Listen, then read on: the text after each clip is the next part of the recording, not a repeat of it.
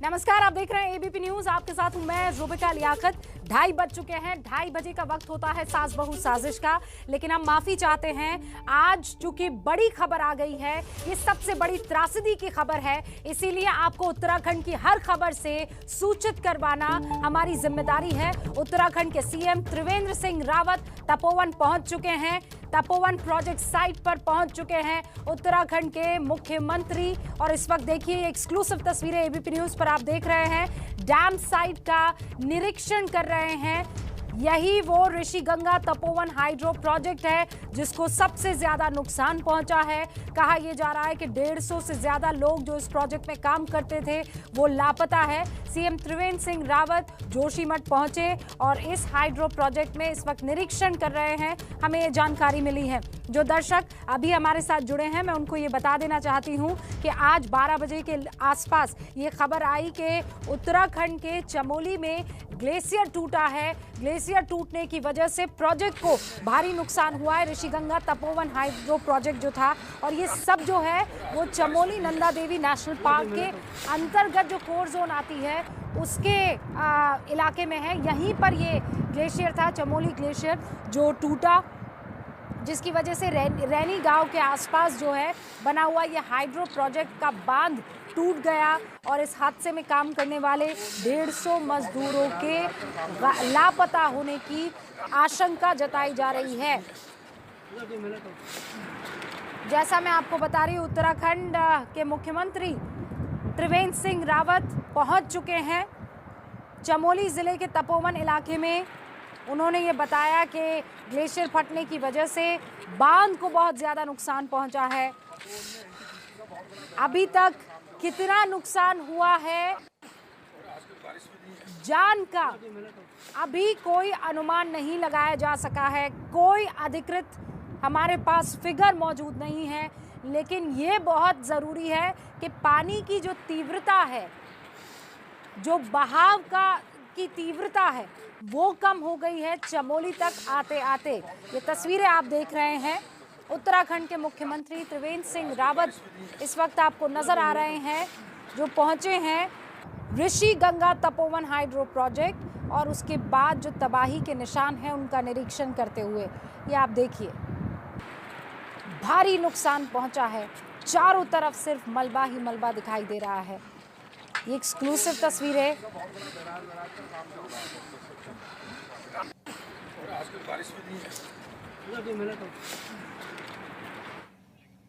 मित्रों, इस समय मैं तपोवन में हूँ। इस समय बहुत खतरनाक, यहाँ से ऊपर से कोई तार टूटा हुआ है, जो इस समय इस नदी को क्या बोलते हैं, विष्णुप्रयाग धौलीगंगा जो है तबाही मचा रही है। नीचे जहाँ तक नजर पड़ रही है, चमोली, कर्णप्रयाग, श्रीनगर तक सभी दोस्तों से अनुरोध है, सभी मित्रों से अनुरोध है, कृपया बच कर रहे, क्योंकि यहाँ पे भयंकर जो है तपोवन से ऊपर से पूरा नदी फट गई है, पूरा कोई ताल फटा है ऊपर से, जिस भयंकर तरीके से इस समय स्थिति बहुत खराब हो रखी है। कृपया ध्यान दें सभी लोग। इस समय जो यहाँ पे है पूरा भयंकर तरह से तबाही मच रही है, इसलिए ये देखिए, ये नदी जो है धौलीगंगा ने यहाँ पे बहुत भयंकर तबाही मचानी शुरू कर दी है। जो धौलीगंगा ऋषिगंगा पे जो डैम है इस समय, उससे ऊपर जाते हुए भयंकर देख लीजिए, चारों तरफ से बहुत भयंकर तरीके से जो है स्थिति खराब हो रही है।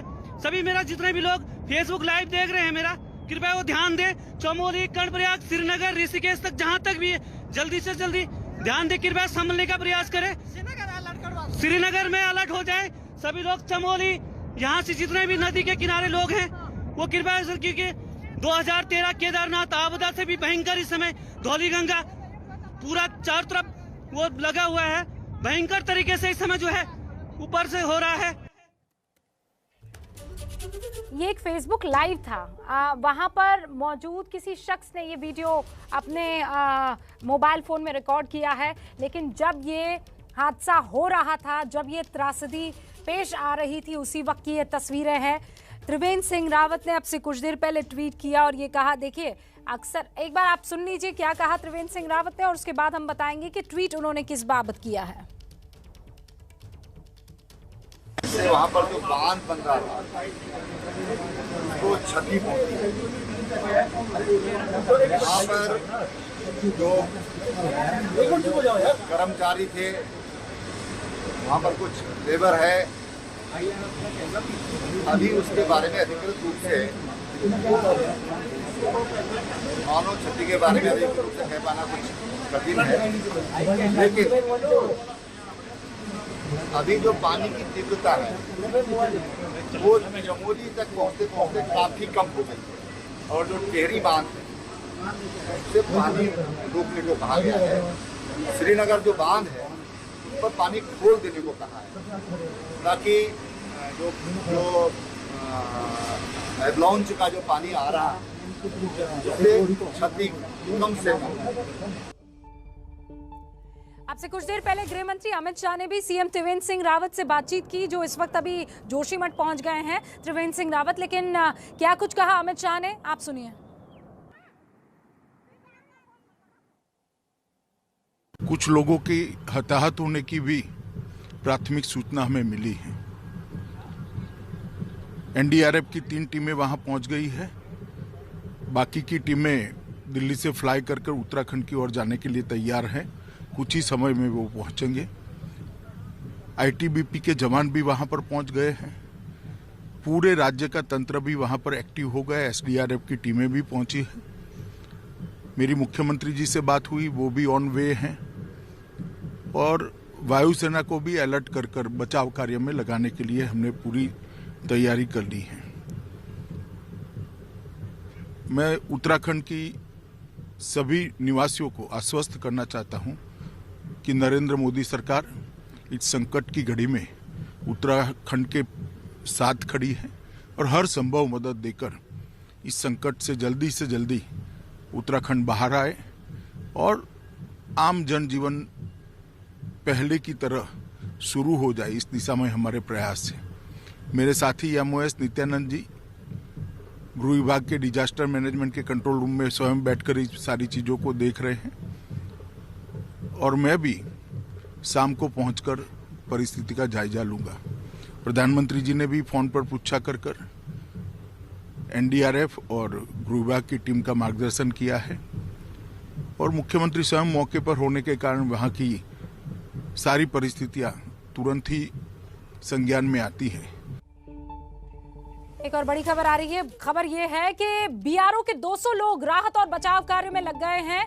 बीआरओ ने 5 जेसीबी और एक्सकवेटर्स जो हैं वो जोशीमठ से रवाना किए हैं। 4 मशीनें ऊपर की तरफ से प्रभावित इलाकों में भेजी गई है।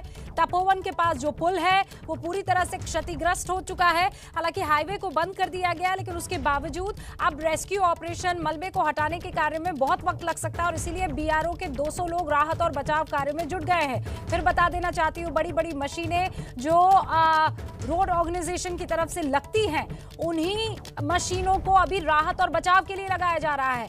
जैसे बीआरओ ने 5 जेसीबी और जो एक्सकवेटर हैं वो जोशीमठ से, और 4 मशीनें ऊपरी कुछ इलाकों की तरफ से प्रभावित इलाकों में भेजने का फैसला किया है। 4 मशीनें वैसी जो मलबा वहां पर मौजूद है, उस मलबे को हटाने के काम में उपयोग किया जाएगा। हालात लगातार सुधर रहे हैं, ये कहा जा रहा है। सीएम त्रिवेंद्र सिंह रावत उत्तराखंड के इस वक्त वहां जोशीमठ में मौजूद है। इनफैक्ट तपोवन हाइड्रो प्रोजेक्ट में इस वक्त मौजूद है, और वहां जो नुकसान है उसका निरीक्षण कर रहे हैं।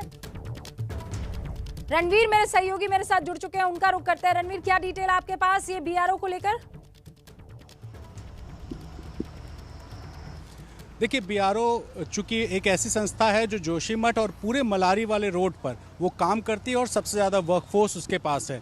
ऐसे में बीआरओ ने अपने 200 लोगों को लगाया है राहत और बचाव कार्य में, और साथ ही जोशीमठ से 5 जेसीबी और एक्सकेवेटर्स, और ऊपर यानी तपोवन से आगे जो इलाके हैं जहां पे उसकी मशीनें थी, वहां से उन मशीनों को मूव किया है। और जो तपोवन वाला इलाका है, तपोवन वाले इलाके में चूंकि जो पुल है, जो कनेक्टिंग पुल है, वो अकेला पुल है, वो टूट चुका है। इसलिए इस पार से उस पार धौलीगंगा पार करना संभव नहीं है। इसीलिए दोनों तरफ से जो भी मशीनें संभव है वहां पे भेज करके फिलहाल ये कोशिश है कि रेस्क्यू भी किया जाए, और जो कनेक्टिंग पुल है वहां पर फिलहाल जो ऐसी चीज़ें उनको हटाया जाए, और साथ ही वहां अब ज़रूरत है एक ऐसा कनेक्टिंग पुल बनाने की। तो फिलहाल वो पुल बाद में बनेगा, लेकिन बीआरओ वहाँ एक्टिव है और बीआरओ के 200 जवान लगे हैं। एक सीनियर बीआरओ के अधिकारी से हमारी बात हुई है जो उस इलाके में हेड करते हैं, उस इलाके के टॉप बॉसेस में से एक हैं। उन्होंने हमें बताया है कि डैमेज बहुत ज़्यादा है। जो तपोवन इलाका है, जहाँ पे पुल है, जहाँ प्रोजेक्ट था, वो पूरा इलाका डैमेज हो चुका है और उनके 200 लोग इस इलाके में काम कर रहे हैं। आपको ज्योग्राफी समझा देते हैं। जोशीमठ जो है वो थोड़ी हाइट पर है और तपोवन जो है वो थोड़ी नीचे आता है। तो नीचे तपोवन में पावर प्रोजेक्ट का काम चल रहा था और वहाँ पर तपोवन में जो कंपनी है उसके मजदूर भी थे और बीआरओ के लोग भी आसपास काम करते हैं। और तपोवन से जब हम मलारी की तरफ जाते हैं तो वहाँ पे लोकल लोग बहुत कम रहते हैं, छोटे छोटे गांव हैं, आबादी कम है और बर्फबारी की वजह से लोग नीचे आ जाते हैं। लेकिन इस वक्त जो मशीनें, जो मजदूर वहाँ थे, उन सभी को लगाया गया है और सब रेस्क्यू का काम चल रहा है। लोग हैरान इस बात को लेकर के हैं कि ठंड में आमतौर पर ग्लेशियर नहीं फटता है, क्योंकि जब गर्मियों में बर्फ़ पिघलती है तब ग्लेशियर फटने की नौबत आती है। लेकिन ठंड के मौसम में, अभी कल ही हमारे पास तस्वीरें आई थी कि मलारी और आसपास में जो बर्फ़बारी हुई थी वहाँ से बर्फ़ का मलबा हटाया जा रहा था और आज ग्लेशियर फटता है। तो लोग थोड़े हैरान हैं, लेकिन रेस्क्यू का काम चल रहा है।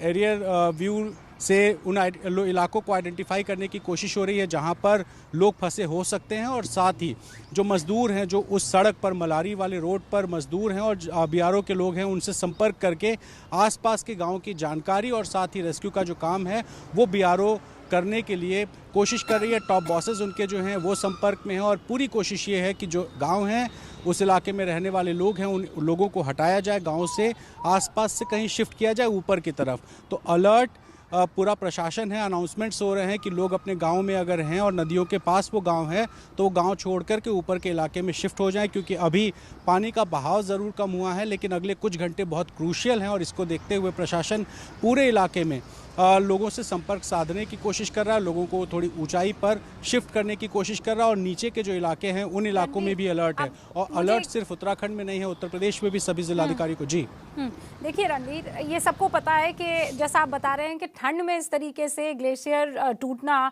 ऐसी बहुत कम खबरें आती हैं। अब आगे की जो तैयारी है, मैं उसे लेकर, एक तो रेस्क्यू ऑपरेशन चल रहा है, राहत बचाव कार्य चल रहा है, जो अच्छी बात है।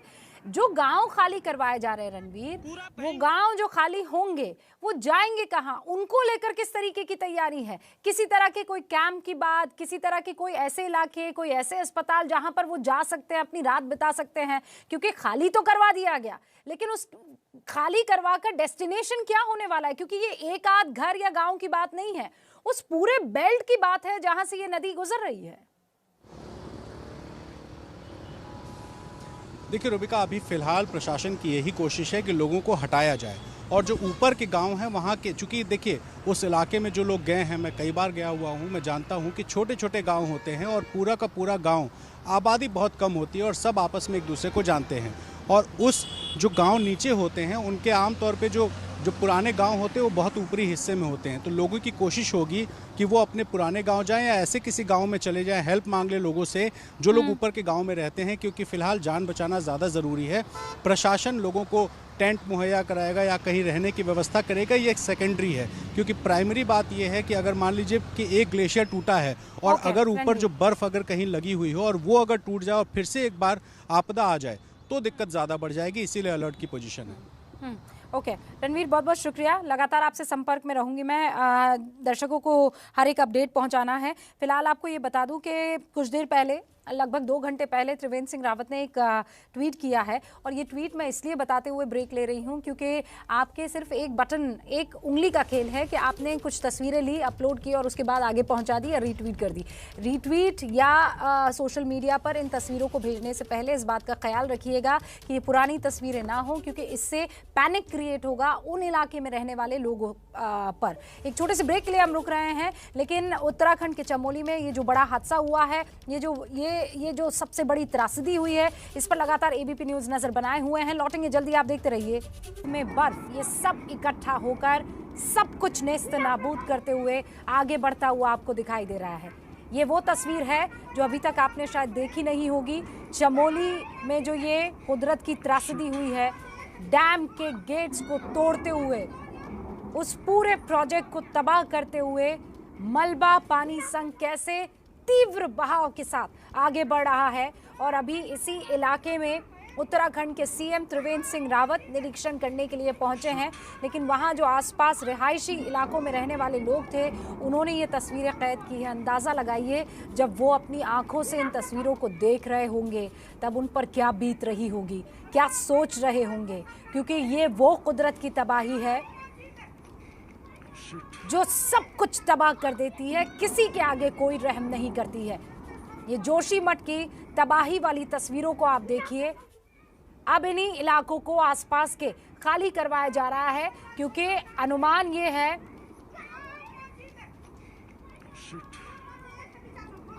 कि आगे ये मलबा कितनी आगे तक जाता है और कितने और किनारों को काटता चला जाता है, इसका कोई अनुमान नहीं लगा पाया गया है। जो लोग अपनी आंखों के सामने इन तस्वीरों को देख रहे थे और कैमरे में कैद कर रहे थे, वो खुद यकीन नहीं कर पा रहे थे। और ये जो तस्वीर हम दिखा रहे हैं, ये किसी रिहायशी इलाके में रहने वाले शख्स ने हमारे साथ साझा की है। एक छोटे से ब्रेक के लिए हम रुक रहे हैं, हम जल्दी लौटेंगे। उत्तराखंड के चमोली जिले में ग्लेशियर टूटने की वजह से भारी तबाही हुई है। 150 लोग उस हाइड्रो प्रोजेक्ट में काम करने वाले अभी भी लापता है, और इसीलिए ये इस वक्त की सबसे बड़ी खबर है। लौटेंगे।